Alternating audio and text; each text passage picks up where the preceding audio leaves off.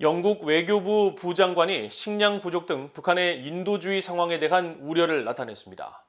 또 북한의 끔찍한 인권 상황에 대응하는 영국 정부의 노력의 연장선에서 북한의 종교박해에 대한 민간단체 보고서를 검토하겠다고 밝혔습니다.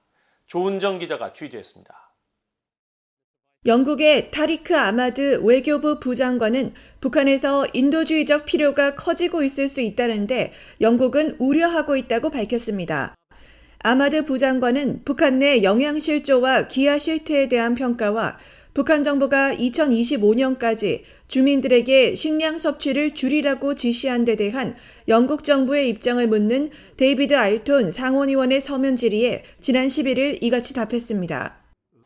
아마드 부장관은 이어 2019년에는 북한 주민들의 40%가 식량 부족을 겪었으며 지난해 1월부터는 국경 봉쇄와 국내 이동 제한 등 북한 당국의 코로나 대응 조치로 유엔과 비정부 기구 등 대부분의 국제 요원들이 북한을 떠나 북한 주민에 대한 구호품 분배와 지원에 심각한 악영향을 초래했다고 지적했습니다. 아마드 부장관은 그러면서 구호 요원들이 북한 내 인도주의 필요에 대한 독자적인 평가를 하고 취약한 공동체에 인도주의적 지원을 전달할 수 있도록 북한 정부가 구호 요원들의 입국을 허용할 것을 권고한다고 밝혔습니다.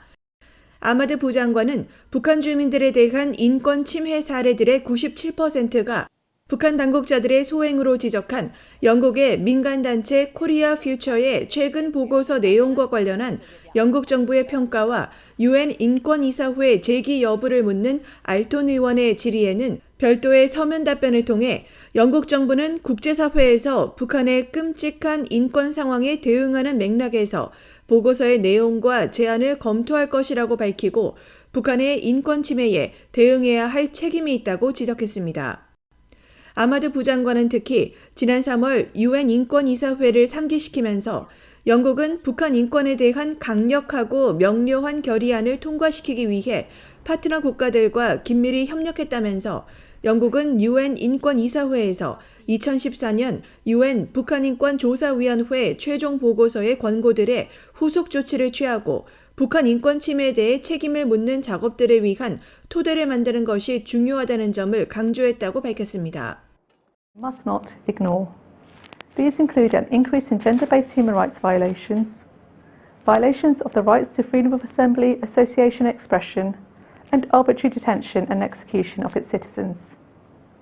DPRK fails to provide for its citizens basic economic needs and rejects UN resolutions calling upon it to meet its human rights obligations. 영국은 북한과 대화하고 교류하면서도 민주주의와 인권, 법치 등 인류 보편적 가치에 대한 침해와 핵 문제는 적극 제기하는 비판적 개입 정책을 유지하고 있습니다. 앞서 영국 외교부는 지난 7월 발표한 인권과 민주주의 보고서에서 북한을 인권 우선 대상국으로 지정했습니다. 영국 정부는 인권 상황이 열악한 나라들을 인권 우선 대상국으로 지정하기 시작한 2016년부터 올해까지 6년 연속 북한을 명단에 올렸습니다. VOA 뉴스 조은정입니다.